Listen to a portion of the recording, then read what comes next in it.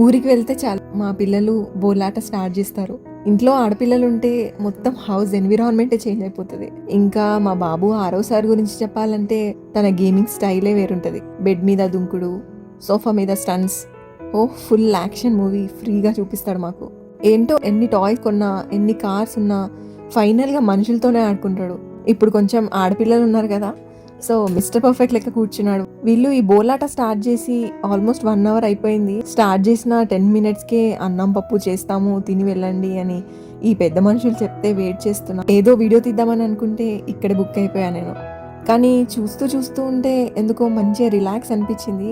ఎంత కామ్గా ఆడుకుంటున్నారో. మేము కూడా చిన్నప్పుడు హాలిడే వస్తే ఇలానే ఆడుకుంటుండే. మేమైతే ఇంకా రియల్గా మంట పెట్టి కుక్ చేస్తుండే. అప్పట్లో ఆ ఇంట్రెస్టే వేరుంటుండే.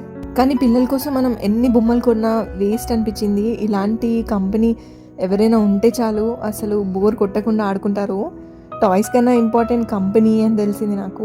ఇప్పుడైతే అందరూ ప్రెసెంట్ జనరేషన్ని జెన్ జెడ్ కిడ్స్ అంటున్నారు. కానీ కొన్ని మూమెంట్స్లో ఇలా సింపుల్గా ఆడుకోవడంలోనే తెలుస్తుంది బ్లడ్ మాత్రం మన జనరేషనే అని.